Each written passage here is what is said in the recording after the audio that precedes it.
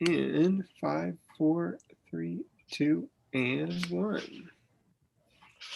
Hello, everyone, and thank you for joining us for this 192 Books event. Early on in her film Heart of a Dog, Laurie Anderson tells a story of a walk she took with her terrier, Lola Bell, in Northern California, having left New York shortly after 9/11. A walk during which a hawk swooped down on Lola Bell and nearly took her away. As Anderson observes, the traumatic incident spawned a new awareness in Lola Bell, a new understanding that threats could also descend from above, thus echoing the thought that dawned on so many New Yorkers at that time as our upward gazes filled with a new sense of foreboding and fearful anxiety. The story kept popping into my head as I read Paul Haacke's new book, The Vertical Imagination and the Crisis of Transatlantic Modernity, a book partly inspired by the events of 9/11 and one that is currently reorienting my critical senses, giving me a newly gridded, spatialized, and historicized compass with which to make sense of my experience as a late modern inhabitant of a vertical world on a confusingly shifting horizontal ground. One of the book's singular achievements must be the way it takes on an admittedly vast and unwieldy subject, verticality, and proceeds undaunted to organize its bulk into coherent, lucid, even illuminating parts. For verticality, perhaps inevitably due to our earthbound perception of gravity, permeates all corners of our linguistic apprehension of the world. As Haacke points out, when we speak of rectitude or uprightness, of superiority, of sovereignty, of elevation, elation, and uplift, or conversely, when we talk of decline, catastrophe, fall, of trickle-down theory, or perhaps simply of condescension, we employ vertically spatialized metaphors to orient our ethical, political, psychological, or economic spheres of language and activity. But Haacke's book makes a historically specific argument, bound within the temporal limits of what has been called the long 20th century, the period of Europe's gradual eclipse and American capitalism's rise to prominence and hegemony. In this period, Haacke argues, specifically vertical and vertiginous sensibilities developed in response to the complex social transformations brought on by industrialization, urbanization, commercialization, and technological development. In the aspirational age of the elevator, the skyscraper, and the airplane, but also conversely, the age of nuclear catastrophe and the leveling of entire cities by aerial bombs, the verticalization of everyday life becomes the quintessential material and subjective experience of modernity.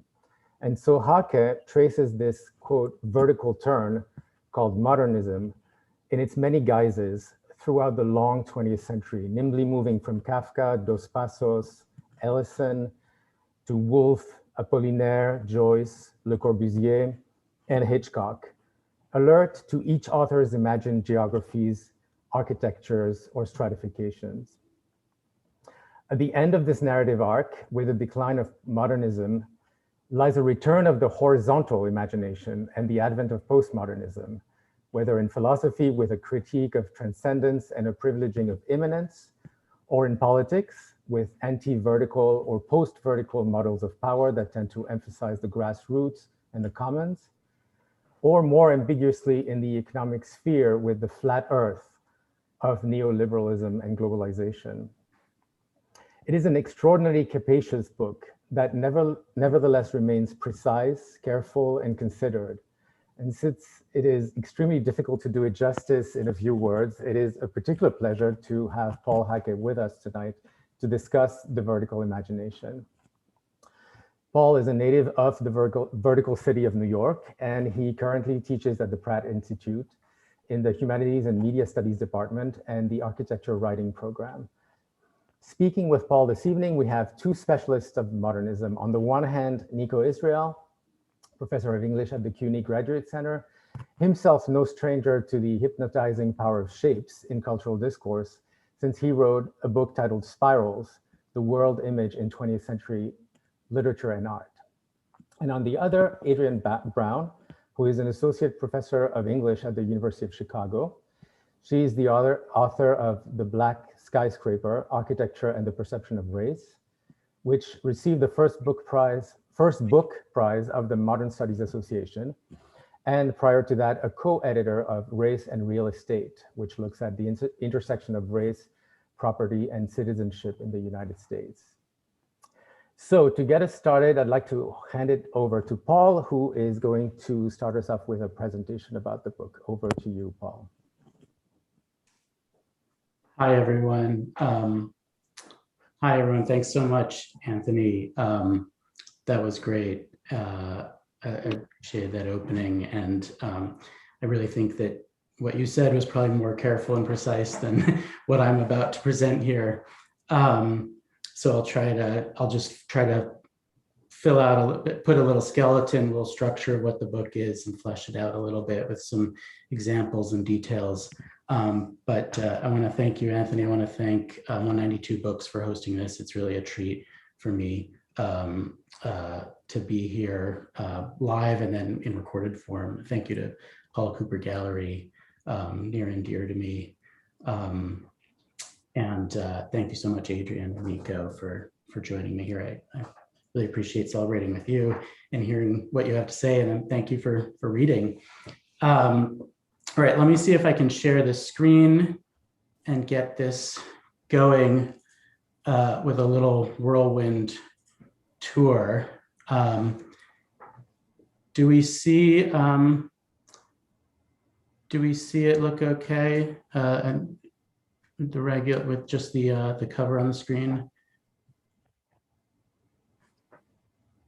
Does it say hi opening slide? Yes. This was my fear. I got this to work before and now it's not. Let me try one more time. How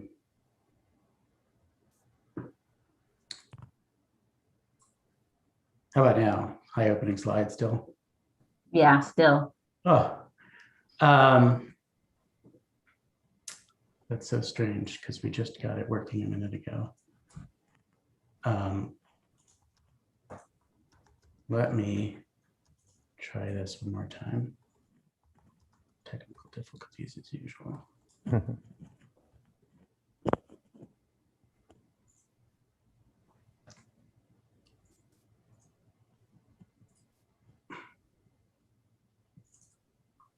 How about now? Yep, still.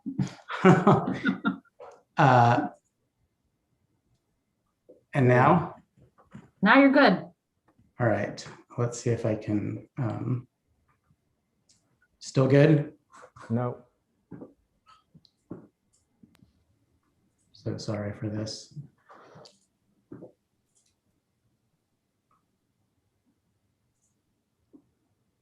Let's just do a portion of screen.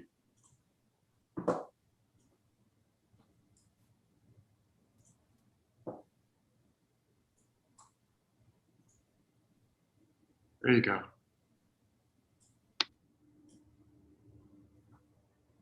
How about that? Perfect. All right. That's Here's well, I haven't done this before in this mode, but let's hope it works. Okay, so I'll do some basics and some highlights to use some vertical metaphors.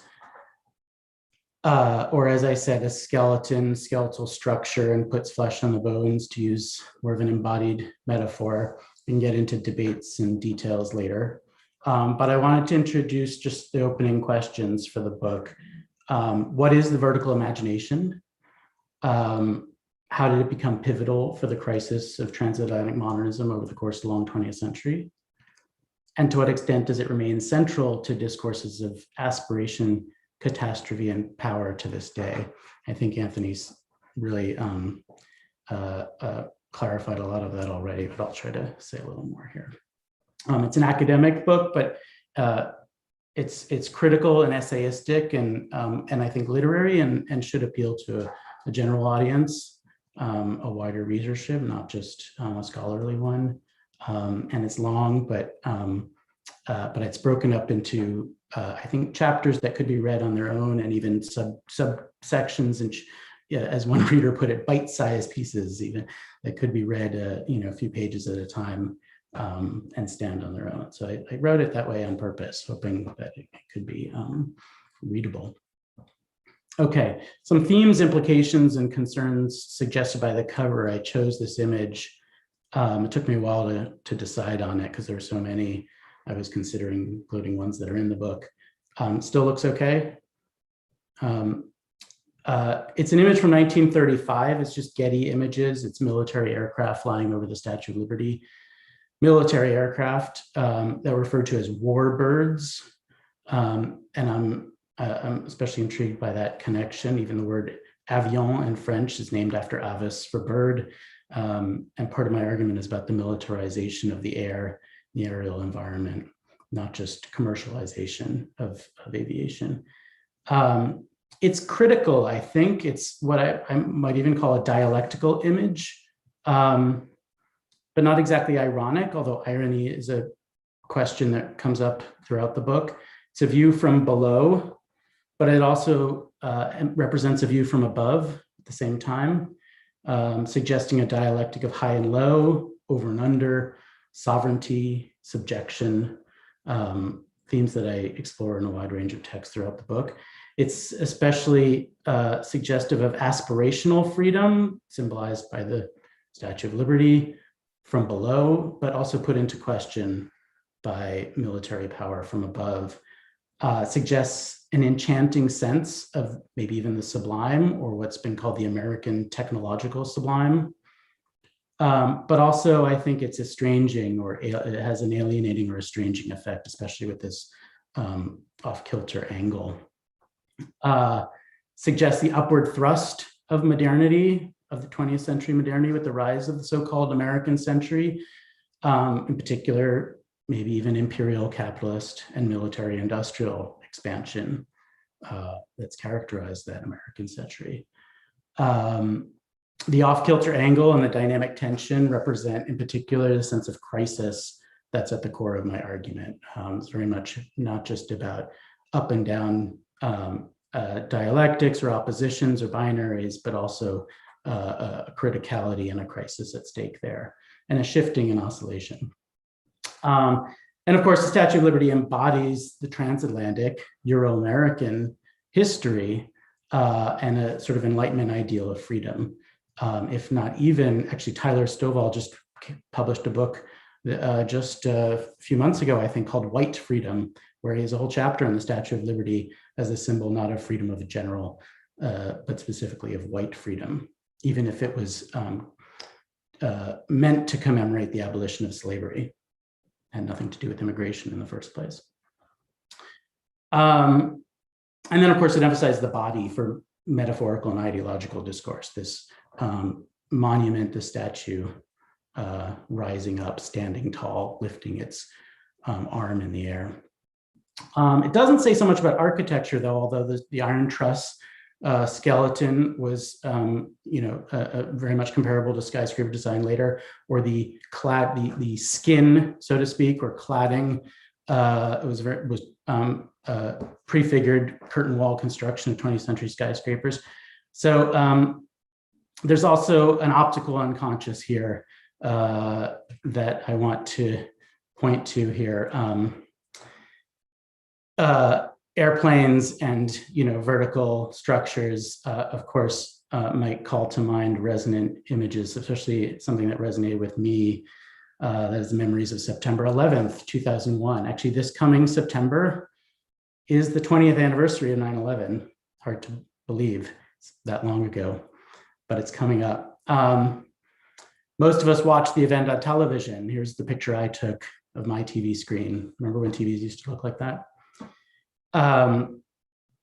And here's a picture I took when I went out into the street to the West Side Highway, not too far from where I grew up, and filmed what was going on. It's what amazes me about this image is I think the people still have a kind of blasé attitude about metropolitan life, as if this isn't even that surprising. Of course, the aftershocks of trauma, rise of paranoia and violence became even more resurgent in the war on terror and so forth, the horrors of Guantanamo Bay and bombings that took place over many years and continues even to this day. You even see a Muslim ban not too long ago, which I think couldn't have happened if not for the racist paranoia that took place after this event.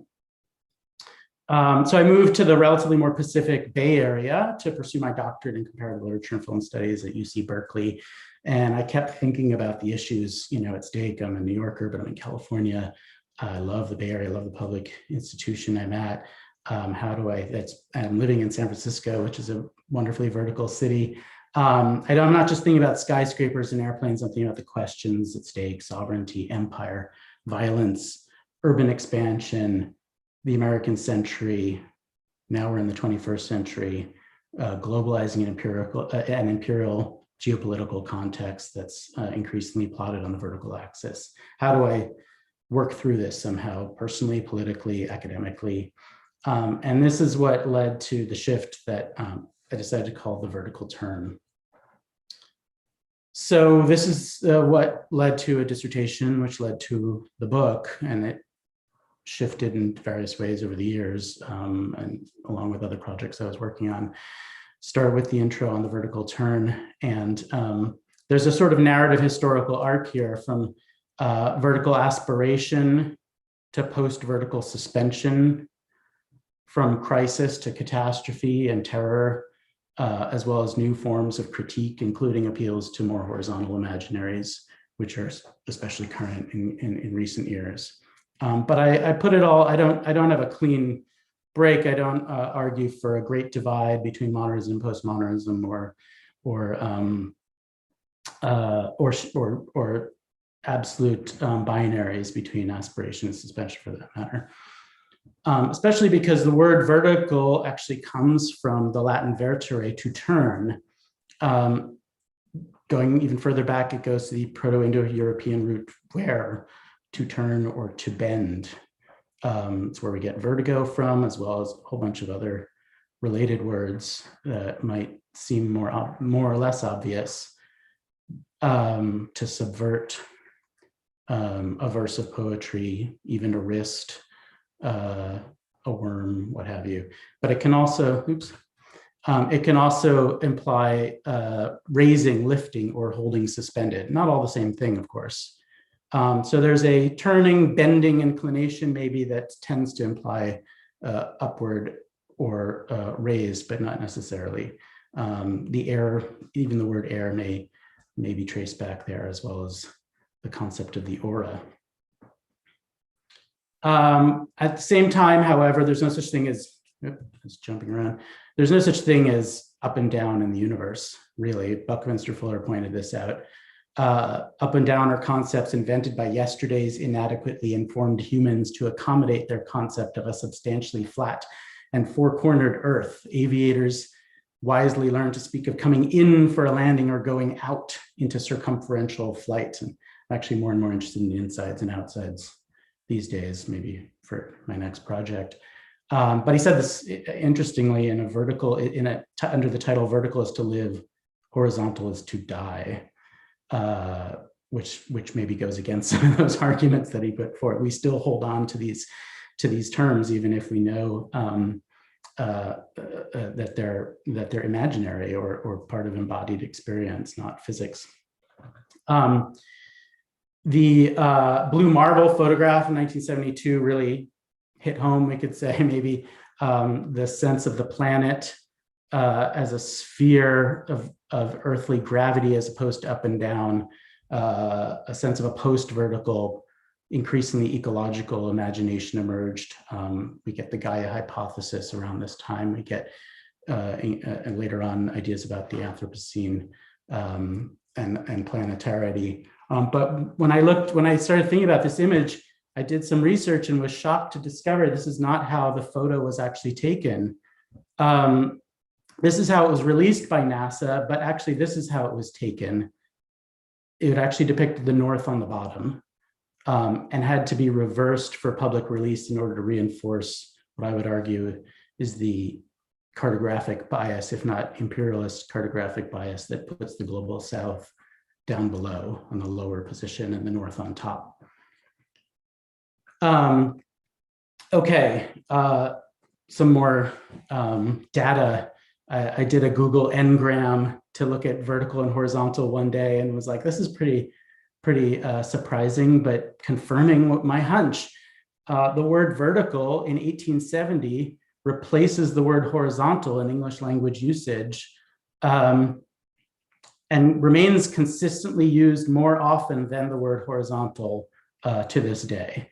So this tracks usage of words or phrases in the vast archive of Google's full text database. Look at that, 1870. And then there's ups and downs. The 20s, maybe the skyscraper boom, and then the bust, the Great Depression, goes up again in the 40s, maybe World War II and air war, sinks a little bit in the 70s, sinks again more recently. We could point to technological inventions, innovations. The first hot air balloon flight is even before the graph begins. We get Otis's elevator safety brake. We get Jules Verne's Voyage Extraordinaire, from the Earth to the Moon, 20,000 Leagues Under the Sea, up and down, imagination. We get the steel frame home insurance building in Chicago in 1885, sometimes known as the first skyscraper. I noticed it was on the email, the 192 books email as an extra image for the mailing, but also gliders, airplanes, avions. And then 1890 is when the New York World Building rises above Trinity Church, the first building to be taller than a church in New York. And that's part of my argument. There's also a growing emphasis, however, on vertical metaphors in social, philosophical, psychological, and cultural discourse. Of course, Marx's conception of the economic base and ideological superstructure, Nietzsche's vision of the transcendent Übermensch or Superman, and the will to power, Freud's topographical model of the mind, this keeps jumping a little bit, the unconscious down below, the conscious up above. Many are familiar with that iceberg metaphor that he himself didn't use, or talk about the subconscious instead of the preconscious. Du Bois's engagement with what he called the crisis of racial stratification and this complicated word uplift. The vertical imagination took on a distinctly new and contested significance, according to what my argument, during the rise and fall of modernist discourse, and especially in relation to the critical period of transatlantic modernity that Giovanni Arrighi called the long 20th century. So what does that mean? As economic and technological development became rapidly scaled up through vertically integrated industrialization, urbanization, commercialization, and ultimately Americanization, so too did the sense of the modern itself, whether as an abstract idea, an aesthetic regime, or a structure of feeling, an affective, historically specific sensibility. In turn, from the development of skyscrapers and airplanes to the destruction of cities in World War II and the militarization of the planet in the age of the atom bomb, concerns about the verticalization of everyday life became ever more clear and present. Churches were overshadowed by office buildings. Here's Trinity Church in a cartoon being imagined completely overshadowed. The maritime gradually gave way to the aerial. This was before the Titanic disaster, but boats were often compared to skyscrapers and vice versa. The maritime, and the discourse of modernity and its discontents came to revolve around ideas of elevation and decline, as well as new technologies of mobility, enchantment, and terror from above. So in particular, my arguments that the vertical imagination of modernity has always been accompanied by a sense of vertigo, and its fantasies of autonomy, impersonality, sublimation, transcendence, and so on, inevitably turned around countervailing concerns about contingency, subjection, crisis, and catastrophe. So while the vertiginous aesthetics of modernist aspiration and its irony of transcendence were put into question by the apparently post-vertical and postmodern aesthetics of suspension and their corresponding irony of imminence, they were never entirely separate from each other, and each continues to resonate in complex and contradictory ways to this day. I think, so as I said, irony is part of the argument. If I could pick any image to represent the ironies of transatlantic verticality, might be this Margaret Bourke-White photograph of Sergei Eisenstein having a shave on top of the Chrysler building where she had her office. I have a reading of that.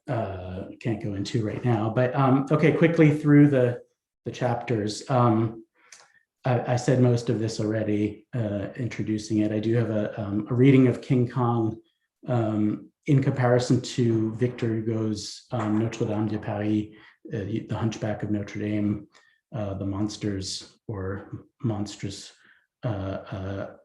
creatures or personae in each. Dialectics of up and down, from Gulliver's Travels to Marx and Engels and post-structuralism, theories of metaphor and phenomenology, psychoanalysis, linguistics, poetics, and where the term late capitalism comes from Werner Sombart in the early 20th century, rather than the late 20th century. Chapter 1 explores the geographical and historical sweep of the modernist vertical imagination in both Europe and the Americas. It begins with comparisons between Kafka's Imagined America and Max Weber's writings on the spirit of capitalism. After traveling to the United States himself, Kafka never came to the States himself. Weber did, and W. Du Bois actually became friendly with Weber and actually wrote about the Statue of Liberty too. Paul Gilroy has a lot to say, interesting things about in the concept of the Black Atlantic and connections between Weber and Du Bois. Bigness and the spirit of capitalism go together. Weber even wrote about bigness, which he conceptualized as more quantitative. Another graph I have shows how the word great goes down, curiously, even despite The Great Gatsby. The word big goes up. We've got the big money of Dos Passos, Bigger Thomas, Richard Wright. Bigness, up until recently, Koolhaas's idea of bigness. Weber also had a theory of bigness, and it appears in Sinclair Lewis's Babbitt too. Babbitt likes things that are big, very American. Can't help but mention the elephant in the room, this guy who still haunts us. There's a lot to say about phallocentrism and capitalism and more recent events since 9/11, but maybe I can leave that for discussion or for your own imaginations. So I'll just put that out there. The chapter, however, focuses on Fritz Lang's Metropolis in relation to the rise of New York City. Eugene Jolas's verticalist movement, the movement he called verticalism, in relation to Joyce's Finnegan's Wake, which Jolas published in the pages of Transition, as well as major writings by Vicente Huidobro, follower or connected with Apollinaire, Jorge Luis Borges, Hart Crane, and George Oppen. And conceptions of racial uplift, stratification, and solidarity in the poetry of Claude McKay, Langston Hughes, paintings of Aaron Douglas, like this one shown here, and the novels Native Son by Richard Wright and Invisible Man by Ralph Ellison. And concluding with an extended reading of Aimé Césaire's Cahiers, his notebook of return to the native land, which concludes with this incredible neologism, verition or verition. Leading into vertiginous aspiration. This chapter shows how the aesthetics of vertiginous aspiration and ironic transcendence became central for European writers who became recognized as canonical modernists. Apollinaire's turning towers, like the Eiffel Tower here in Zone, the Eiffel Tower in Zone, or here from Deuxième Canonnier Conducteur, and other poems dealing with Parisian modernity and cosmopolitan, like Lettres Océan. Franz Kafka's irony of transcendence, as I call it, in various short stories and personal writings. Here he is at a Vienna fairground, posing for a photograph. Virginia Woolf's views from below in novels like Mrs. Dalloway. If there's any scene in modernist literature that's been written about in terms of vertical aerial environment, it's that famous skywriting scene in Mrs. Dalloway, but also I compare that to what's going on with the lighthouse. What is that figure that's so key and in a way obvious, and yet what do we say about it in relation to the vertical imagination? Or in comparison to her essays on being ill or the Leaning Tower. Joyce's Portrait of the Iris as a young man. Why Daedalus? Why is Stephen named after Daedalus? What's the Icarian? What's the Babel, role of Babel as well? That continues on into Ulysses, where I have in particular discussion of Stephen Daedalus's parable of the plums, also known as the Pisgah site of Palestine, which deals with the imperial verticality of Nelson's Pillar in Dublin. Here it is from 1900 at Sackville Street, destroyed by bombs in 1966. The third chapter rethinks Le Corbusier's idea of New York as an enchanted catastrophe, catastrophérique, by focusing on related concerns about architectural elevation and creative destruction, to borrow the term from economic theory, and especially focusing on French language writings about the rise of modernist American metropolis. Focuses on Louis Sullivan's writings in relation to Frank Lloyd Wright, Dos Passos, I put in relation to these European perspectives, key French texts by Léger, Le Corbusier, Sartre, Beauvoir, Certeau, and others. It focused in particular on how the post-World War II shift took place, according to which, as Beauvoir put it, Paris lost its hegemony. And New York appeared to replace it as the capital of the 20th century. This one was maybe a little more fun and related to my Bay Area life in San Francisco. Hitchcock's displacement of terror cinematic terror focuses on Hitchcock's American films after he moved from England to Hollywood, especially the ways in which they displace transatlantic fears and anxieties of wartime onto cinematic and urban spaces, as well as what Chris Marker called the vertigo of time. So I focus on the history of embodied suspense and terror, the invention of the cliffhanger, which dates back to the serial novel of Thomas Hardy, Harold Lloyd's Safety Last, and then focusing on Hitchcock's films from Rebecca and Saboteur, Foreign Correspondent, up to North by Northwest and The Birds. You can tell maybe what this might have to do with air war when you juxtapose them like this. And then, of course, Vertigo, where I focus on the relation between history and geography, depth psychology in the built environment, and conceptions of memory, temporality, and contingency and spirals. From Bergson, Proust, and Freud to Gilles Deleuze's film theory, his Bergsonian film theory. Here's Bergson and Freud's models juxtaposed, and concluding with Chris Marker's experimental post-Vertigo science fiction film La Jetée and his reflections on Proust, for that matter, as well. So the fifth and final chapter brings the historical argument to a close by examining forms of immanent critique in American novels, attempting to grapple with the traumas and geopolitics of the so-called American century that emerged out of World War II. So I focus in particular on images of dangling, drifting, and yo-yoing. Weirdly, I found the yo-yo recurring in all these books, and the history of the yo-yo fascinating, actually coming from the Philippines. Novels by Bellow, his first novel, Dangling Man, Heller's Catch-22, Vonnegut and Pynchon, of course, Gravity's Rainbow, and relations between the irony of immanence and postmodern, post-colonial, and anti-imperialist reimaginings of historical narrativization and representation.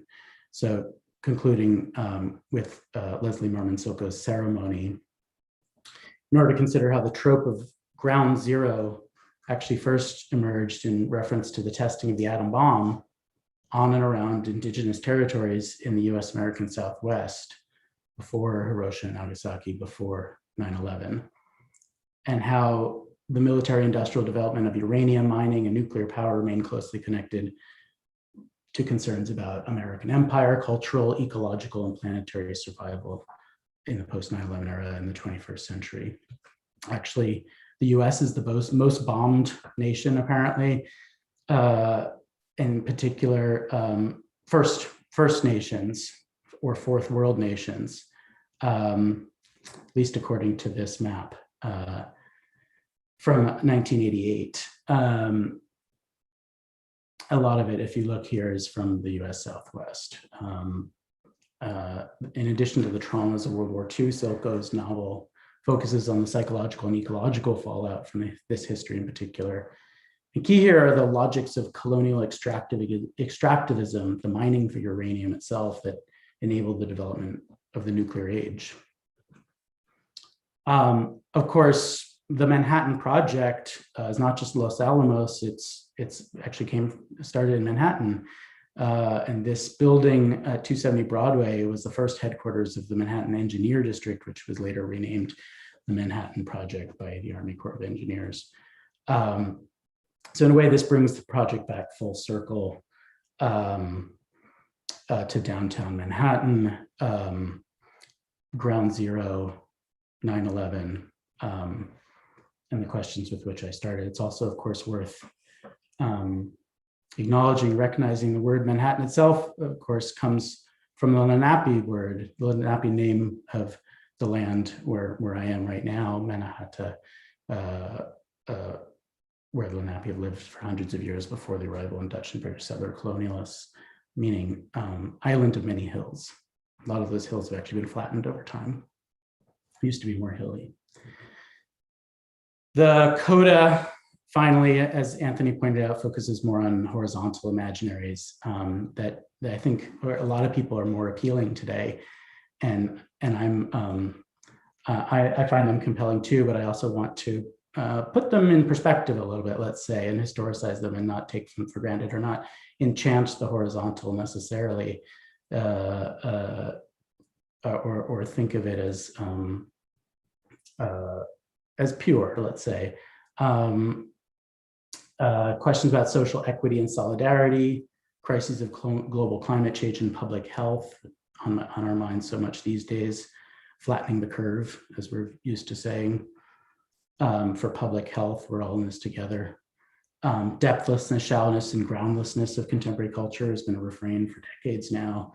And then ideas about horizontal flows, or is the world is flat, digital utopias, global commons. What is the commons anyway? What about the undercommons, as Boat and Harney have called it more recently?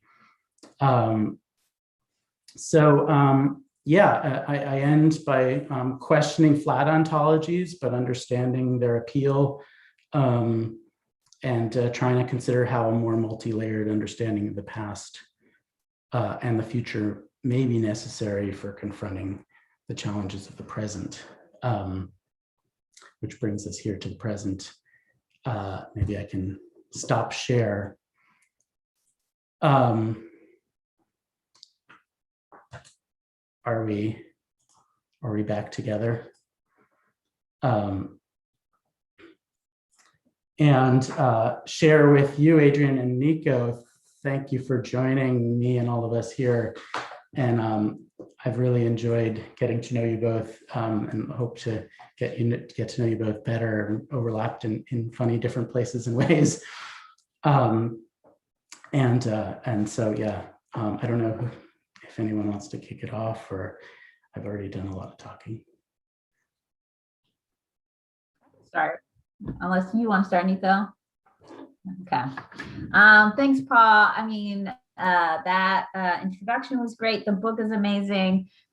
There's just so much to learn. Every page, I'm just like, whoa, wow. Like, I thought I knew a lot about the vertical, but I really learned so much from your project. And I guess I want to start with that kind of a process question, right? Like, the book is, I think your introduction that you just gave gives a real sense of like the sweepingness of this book.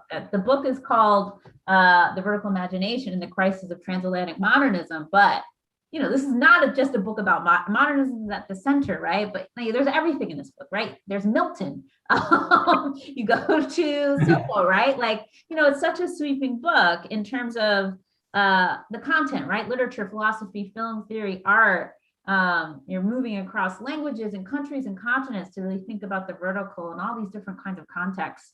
And I wonder if we could talk a little bit about your process in terms of how you did this, and how you kind of were able to kind of just not find and read, but assimilate and synthesize this huge corpus of material, right? And you make it feel so effortless for your readers, right? You're moving through all of this material, but I know it wasn't effortless to do. So I wonder if you could talk about just how you kind of moved through this project and accumulated things and started to put things together. And yeah, you must have a crazy system of statistics. I also must imagine. I wish I could conceptualize it as a system. It was intuitionist. It was an intuition, or I just learned by doing. I've always loved writing.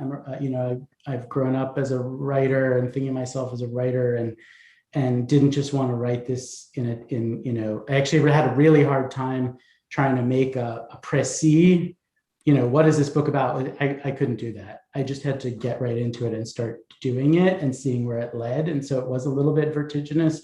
I was wandering a little bit, and I did, accumulationist. I was collecting and gathering and connecting. I had a kind of messy, set of points, and I tried to create a constellation and a sequence, and historicize it, but not just be, a new historicist. I wanted to philosophize too. So yeah, I gathered stuff and tried to connect the dots, and things fell into place, and then I rearranged them. And yeah, I did just take a lot of notes and let me hold on to that. And of course, and then every time I'd have a conversation where I'd see papers like yours, presented at conferences here and there, or read, people's books, I'd think, oh shoot, now I have to reorient it or rephrase it or add, and then I had to stop adding and start cutting too. So yeah, I think of it as constellating things maybe.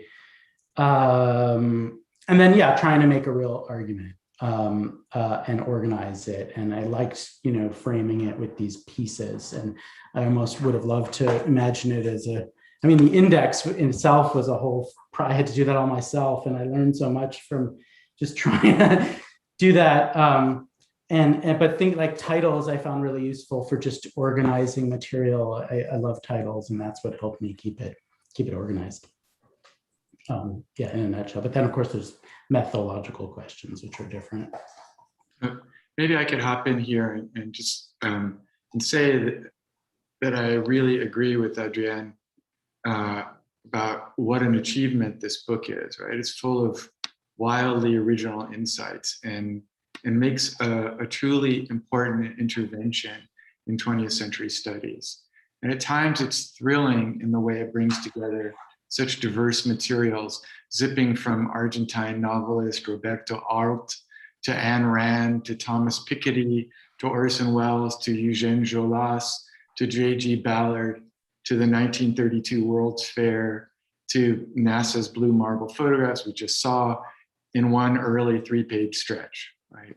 In these pages, I learned where the words blockbuster, skyscraper, and Spätkapitalismus come from, and the fascinating and informative etymology of dozens of words, including, of course, vertical, whose idea of turning actually connects vertex to vortex to the idea of a whirlpool. So I will never think about the Statue of Liberty, the Empire State Building, King Kong, the Spirit of St. Louis, or the suspended figures in Hitchcock movies the same way.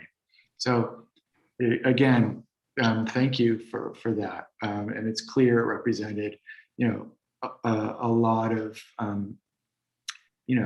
extended engagement with this material.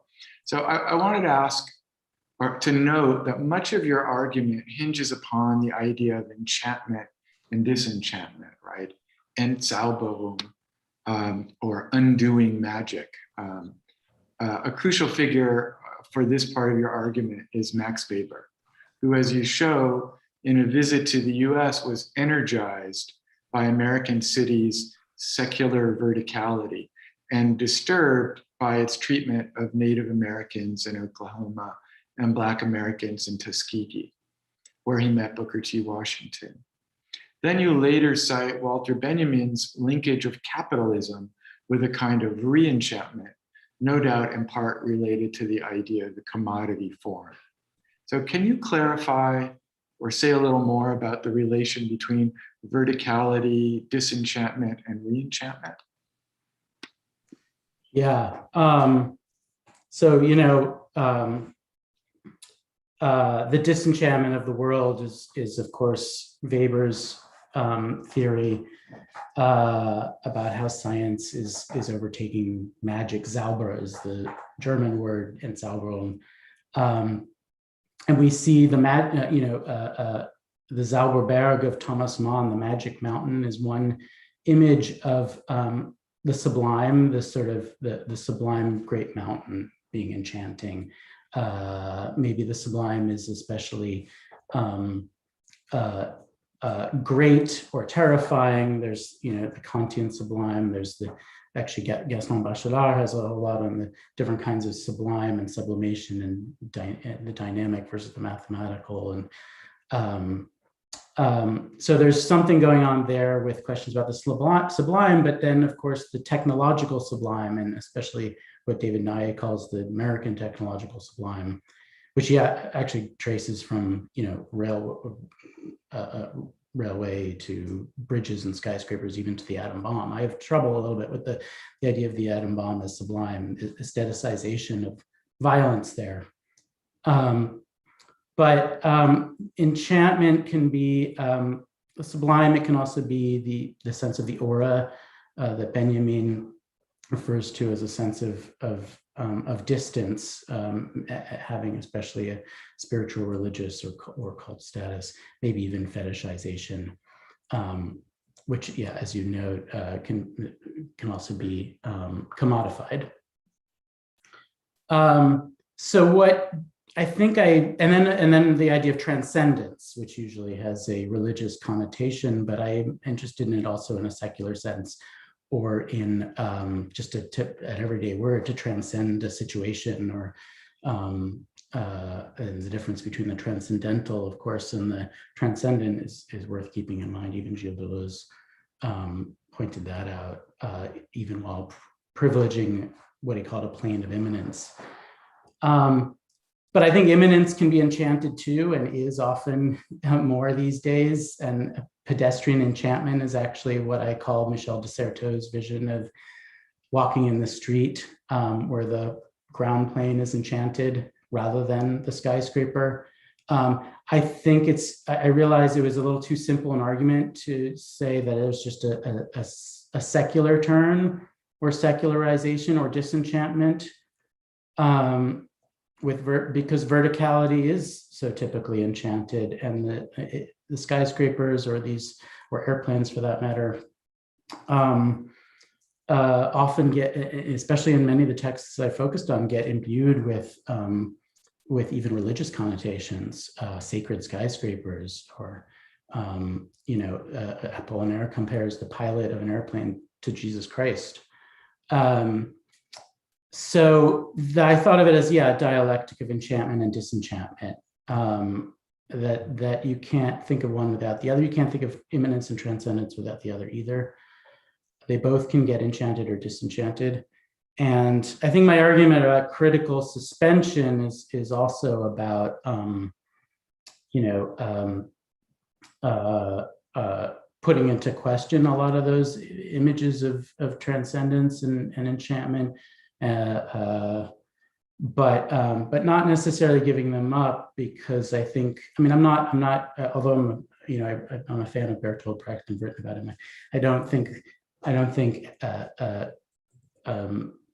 complete disenchantment is what art is about.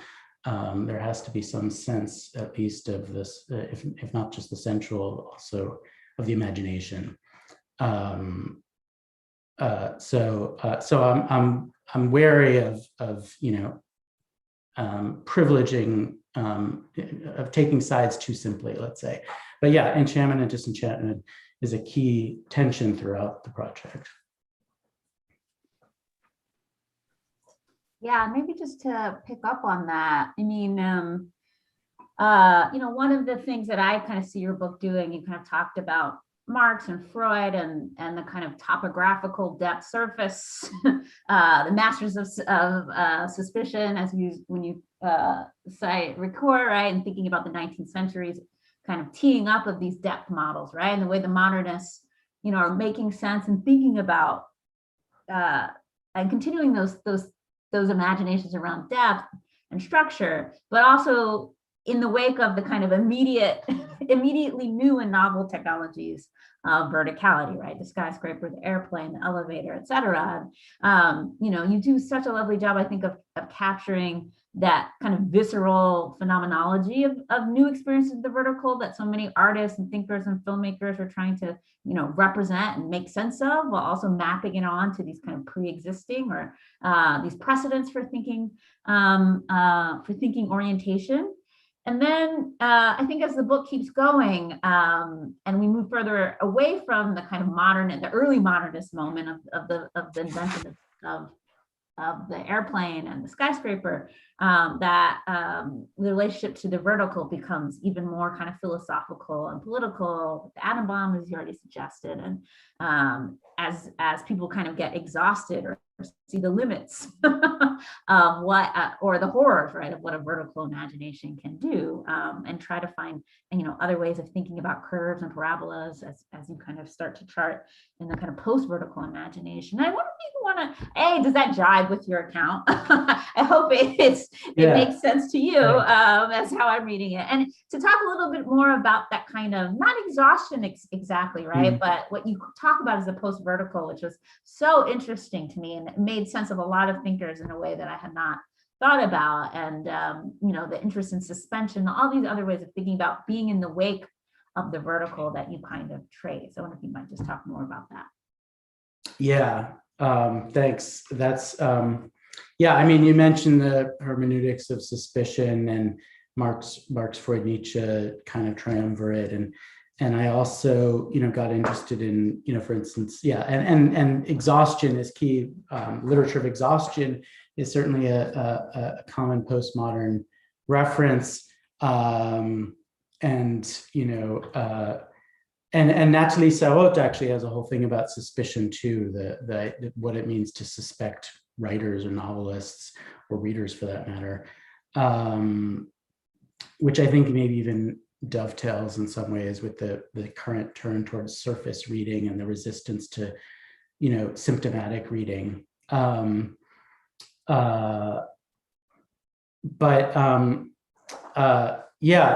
so much there.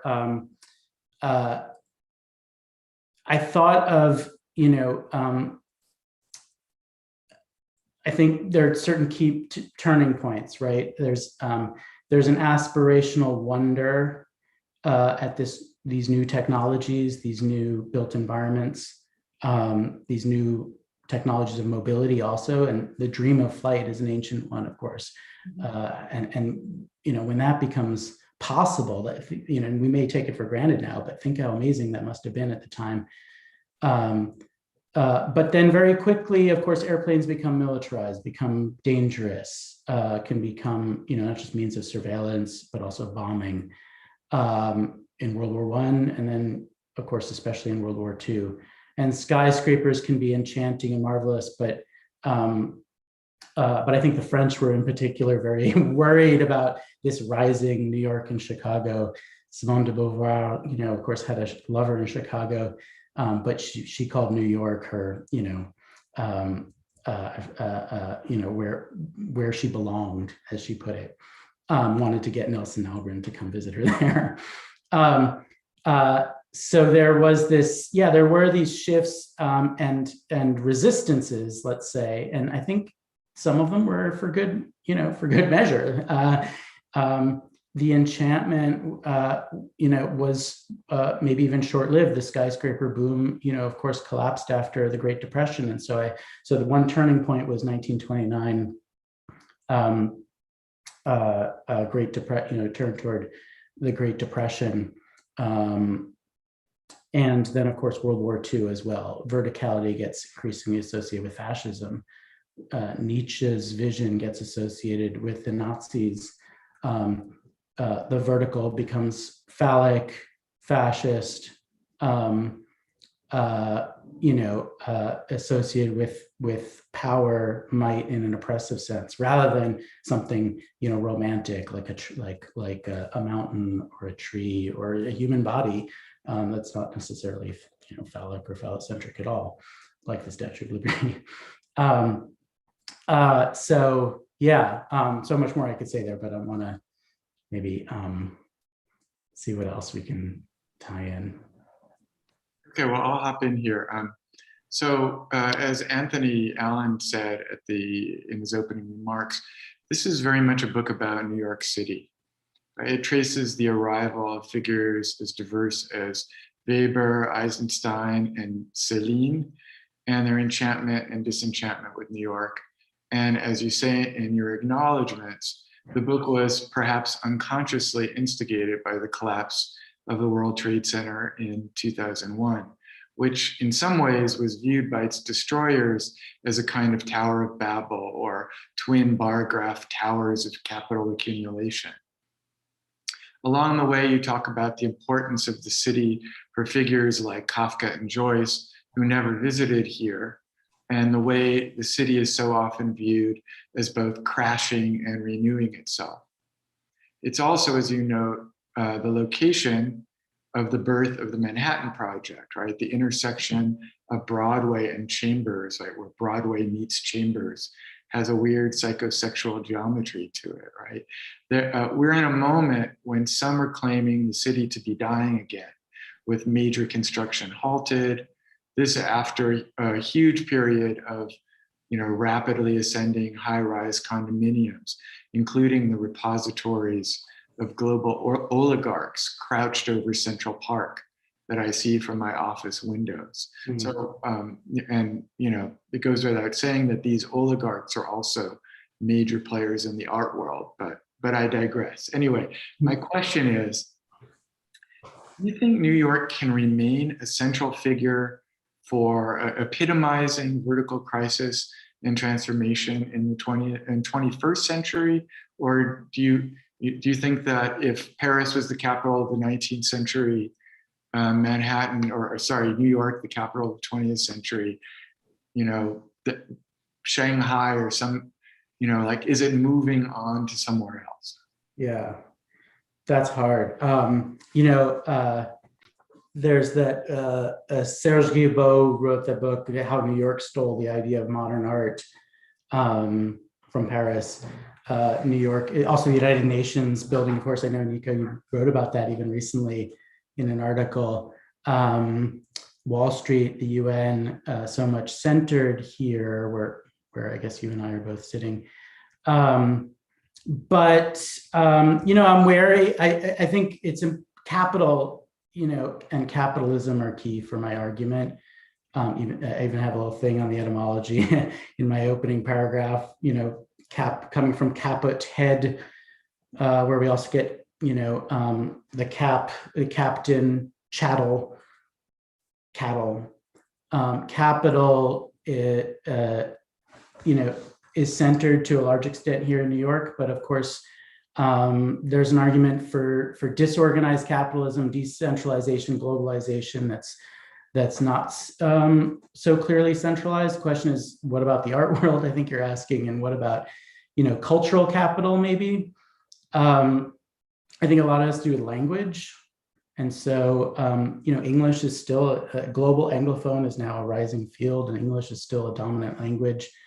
Even if Paris is the capital of translation, as Pascal Casanova argues, New York has become a capital, maybe of hospitality is one thing that I've liked to think of, although, that's come and gone. I do think things are shifting. One thing that was key for me, yes, 9/11 unconsciously and consciously both, and I did some research into all that stuff. And, it's interesting to me that I read what Osama bin Laden wrote, and he was actually very much compelled by the Israeli bombing of towers in Beirut as a reason for bombing, as inspiring him to bomb the World Trade, the Twin Towers of New York. And so there's a lot there also in terms of, I was reading a lot of Mahmoud Darwish and his images of birds and flight in the aerial environment. And I know Waleed Rod, speaking of the art world, and Paula Cooper Gallery has a piece right now at Paula Cooper that has war birds, to go back to that word from my cover, war birds. The art world still, I think, is centered here, but I don't want to be monocentric about it. I think we need to recognize centralization and how it works, and maybe is inevitable in one way or another at different times. I don't know what to envision, for the next decades. And I have to say, I was finishing up this book, not sure what the 2020 election would hold, and would my whole book have to be changed depending on that. I end in December 2020 in the middle of the pandemic, and thinking about horizontal imaginaries changing, and people leaving the city. I just taught an architecture studio dealing with that in particular. So yeah, I don't have a quick, clear answer, but those are, definitely questions that I've been wrestling with and wondering about. Also, where am I going to live going forward? Do I want to live in someplace considered a center, for that matter? Anyway, I like cities though. I like the country too. Well, I think if your book has taught us nothing, it's about, there's nothing inherently transcendent or enchanting or disenchanting of either space, or any spaces for that matter. I know we're nearing the end, so I think I'm going to ask one last question, and Nico's going to ask the last question as well.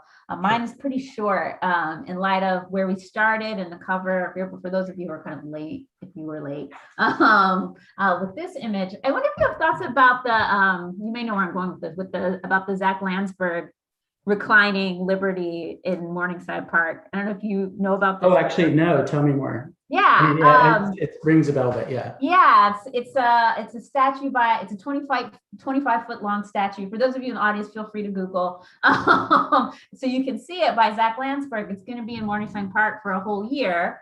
And it's the Statue of Liberty, but kind of reclining on her side, and people can climb on it. Oh, nice. And she's got her eyes closed. And I think when he's talked about this, he's talked about like mixing the symbolism of the Statue of Liberty with the Buddha. And so it just feels like such a too neat capstone for the publication of your book, for this image, for this statue to also go up in New York. So I mean, even if you haven't thought about it, I wonder if you have any quick thoughts about like what this new version of the Statue of Liberty might say or speak back to your book, or how it feels like an extension of some of the things that you talk about in the book. Yeah, that's nice. I was thinking that Maya Lin has a piece right now also in Madison Square Park of a ghost forest of trees that are dead due to climate change. So those are where the vertical is actually lost life, and how that's a critique or a problem. And this is, in a way, the opposite. It's, it's reclining. It sounds to me like, being something that, and something that can be comforting. An inclination, downward can be one of rest, not just, horizontal is to die, right? I have a lot to say about metaphors of, of falling, but of course, reclining is a nice one. Molly Bloom, at the end of Ulysses has a great scene of ecstasy. I wanted to call it Molly's ecstasy, but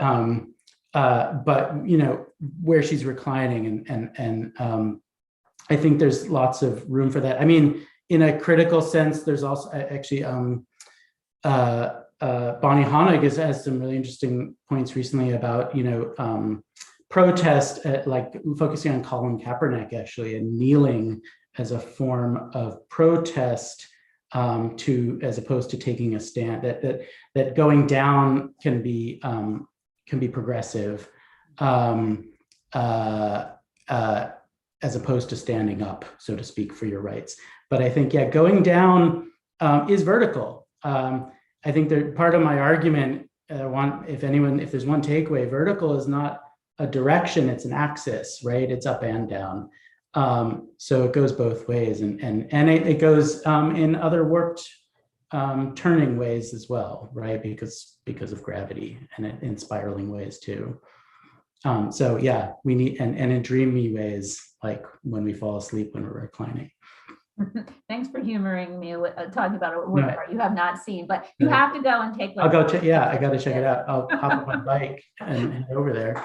Yeah, awesome. Hi. So I was kind of pursuing your response to my last question, and one recurrent figure in the book is the figure of the Tower of Babel, which, as you note in the book, was connected to modern erections like the Eiffel Tower and New York skyscrapers. Mostly, you're telling the story of capitalism and capitalist accumulation as the idea of financial and cultural capital moves from Paris to New York. But it's worth noting that in the early years of the 20th century, in the USSR, the socialist project itself was explicitly associated with rebuilding the Tower of Babel, like overcoming linguistic, cultural, and racial difference, and displacing God with a kind of human pride at achievement. So it's sort of saying like what the book of Genesis condemns as, humans overreaching, could be recuperated for a model for a future. And I'm thinking not only of some of the texts that you treat, like Tatlin's Tower, but also. I didn't want to do too much because you said so much about it already, Tatlin's Tower. So I left it. I left it at bay a little bit. But I do mention it, yeah. I don't have too much, ownership over it, but also like Joyce's invocation of Babel in Finnegan's Wake, which you just mentioned. Which in some cases are actually linked to the idea of the USSR. So anyway, what do you make of the fact that the Tower of Babel is such an important figure for both capitalism and international socialism? And I wonder if it's in some way linked to the kind of comparative literary studies that you're pursuing, the monolinguistic, the linguistically diverse, the kind of broad sweep which allows you to compare things that are not often compared. Anyway. Yeah, that's great. I just as I think it's phallocentric to reduce verticality to the phallus, I think it's a fallacy to reduce the skyscraper or the vertical structure to capitalism or to American design, even if SOM and a lot of American firms are building these towers all over the world, in Dubai or Shanghai or what have you. Yeah, Babel is great. I mean, I have that piece about Eisenstein. There's a lot there, and Eisenstein's thinking about language and Babel, and Joyce, of course. Jolas called his memoir "The Man from Babel," but the politics I think are great key there. I wish I could have gone into more. Bruno Taut, the architect, actually in his City Crown Stadtkrone project, really tried to envision a socialist or a social democratic tower that could replace the cathedral. If the cathedral had been the city crown of the city prior to the 20th century, and the American skyscraper was rising up in the 20th century as a capitalist model, and I think a multicultural one. A skyscraper is part of the polyglot or city of heteroglossia or polyglossia, the city of multiple languages and multiple cultures, races, ethnicities. There's this idea of universalism that that appeals to the vertical imagination, from Apollinaire to even Kafka to, to Bruno Taut. And it includes a socialist one too. And Edouard Glissant also has an idea of building the tower in every language in his Poetics of Relation. Not necessarily a socialist, but one that could be anti-racist or creolized. But the politics of verticality are key for the project, and especially, envisioning a verticality that's not just reducible to capital. Yeah. Wow, we're over time. I'm sorry about the technical difficulties, and I wish I could have shortened my presentation a little more, but this was really great. So much more I want to continue in conversation, food and drinks if we could, and hopefully before too long. I see Anthony popping up on the screen here. Yeah, that was amazing. That was such a wonderful discussion, and an opportunity to I was going to say delve deeper in the subject, but one of the effects of your book, I think, is that you become so aware of these metaphors sort of popping up in your speech and organizing your thoughts in a way. So, but thank you, Paul, thank you, Nico, and thank you, Adrienne, for the discussion. There is going to be a recording of this event posted immediately afterwards on the Paula Cooper Gallery Studio page. So if you missed the beginning, or if you want to share the event with a friend who you think would like it, it'll be ready in just a minute. And all our previous events are available to watch as well. If you'd like to reserve Paul's book, send us an email at info@192books.com. That's info@192books.com. You can also purchase it directly from the bookstore every day from 11 to 6 and till 7 on Fridays and Saturdays. And you can order it on our bookshop.org page for direct shipment if you can make it down to Chelsea. Our next event will be a conversation with David Airford, the editor of Locating Sol LeWitt, a new book of essays about LeWitt out of Yale University Press. And this will be this coming Thursday, June 3rd, so please tune in for that. And as always, if you're interested in our events, please sign up for our email newsletter or check our website 192books.com for information. Thanks again to